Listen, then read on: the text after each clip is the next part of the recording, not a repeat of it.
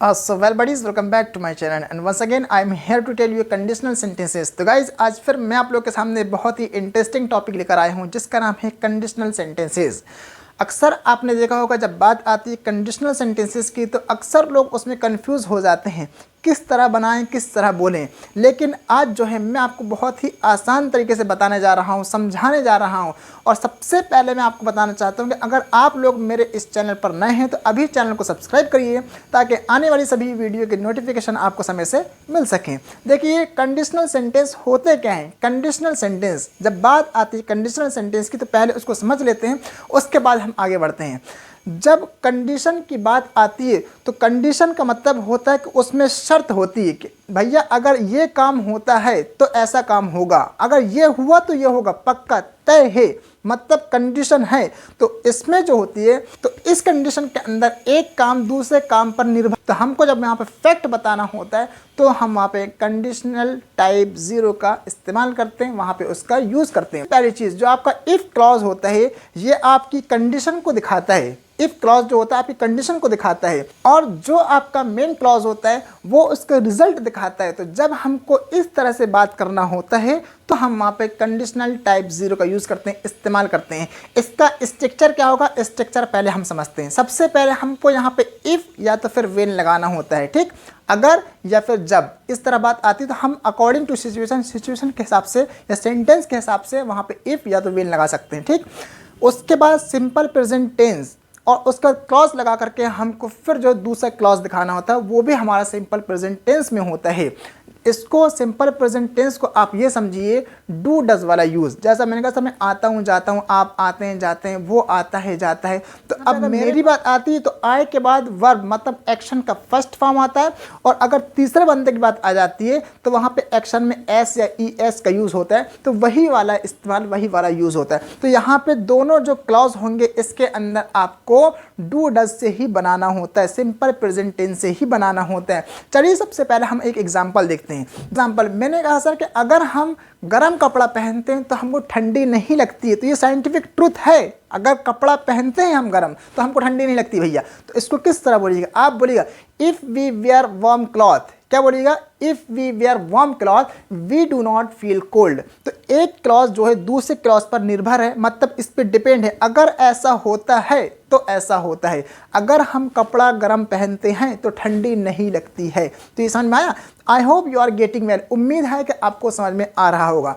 एक और एग्जाम्पल लेते हैं। मैंने कहा सर बच्चा उठता है अगर आप जो है शोरगुल ज़्यादा हल्ला बहुत तेज़ करते हैं, तो आप इसको किस तरह बोलिएगा, आप बोलिएगा baby wakes up if you make noise too much. अगर आप बहुत ज़्यादा हल्ला करते हैं तो बच्चा उठ जाता है। तो ये साइंटिफिक ट्रूथ है। बच्चा सो रहा है लेकिन आपने हल्ला कर दिया, शोरगुल कर दिया तो बच्चा उठ जाता है। तो ये साइंटिफिक ट्रूथ है। अगर मैंने कहा सर कि अगर बारिश होती है तो आप भीग जाते हैं, तो इसको किस तरह बोलेगा, इफ़ इट रेन्स। क्या बोलेगा, if it rains you get wet. अगर बारिश होती है तो आप भीग जाते हैं। ये साइंटिफिक ट्रूथ है। अगर बारिश होती है तो ज़मीन भीग जाती है। ऐसा नहीं है बारिश हो रही है ज़मीन सूखी पड़ी है, ऐसा नहीं है भैया।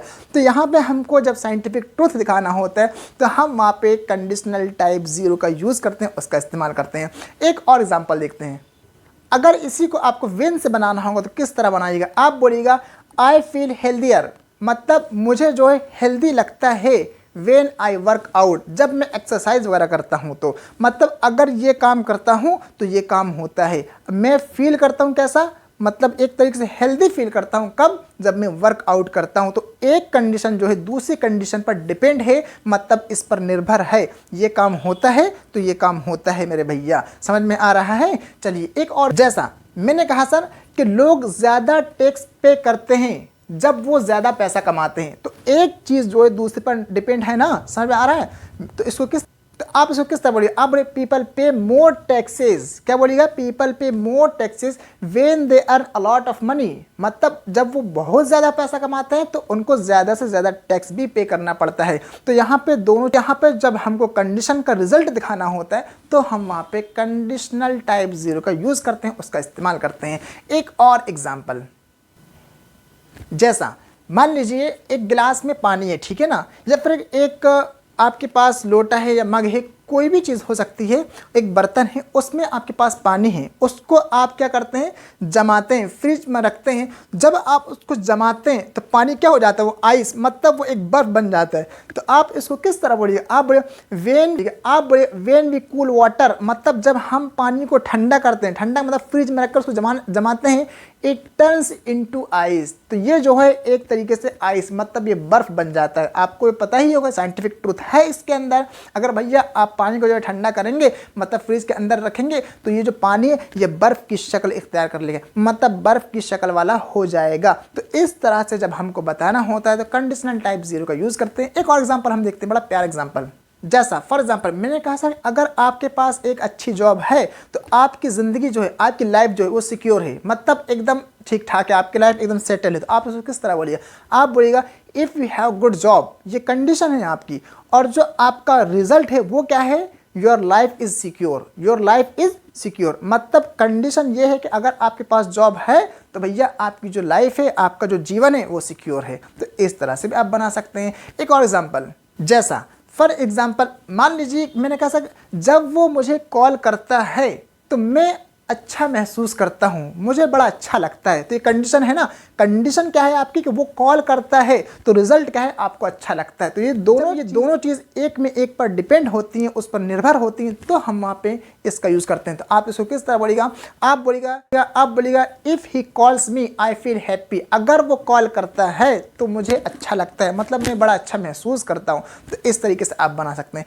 एक और छोटा सा एग्जाम्पल, जैसा फॉर एग्ज़ाम्पल मैंने कहा सर कि अगर आप हर दिन स्कूल जाते हैं तो आपको जो है एग्ज़ाम में अच्छे मार्क्स मिलते हैं। मतलब अगर डेली स्कूल जाएंगे भैया, पढ़ेंगे भैया, तो अच्छे से अच्छा हमको मार्क्स मिलेंगे। तो कैसे बोलेंगे आप, if you go to school every day, क्या बोलिएगा, if you go to school every day you get good marks in your exam, you get good marks in your exam. मतलब अगर आप डेली स्कूल जाते हैं तो आपको जो है एग्ज़ाम में अच्छे मार्क्स मिलते हैं। क्यों मिलते हैं, कंडीशन है आपकी स्कूल जाना, स्कूल जाएंगे तो पढ़ेंगे लिखेंगे तभी तो अच्छे से अच्छा नंबर लेकर आएंगे आप। तो ये कंडीशनल टाइप 0 के सेंटेंस ऐसे बनाए जाते हैं। मतलब दोनों में जो है, दोनों तरफ जो है आपको सिंपल प्रेजेंट टेंस, मतलब डू डज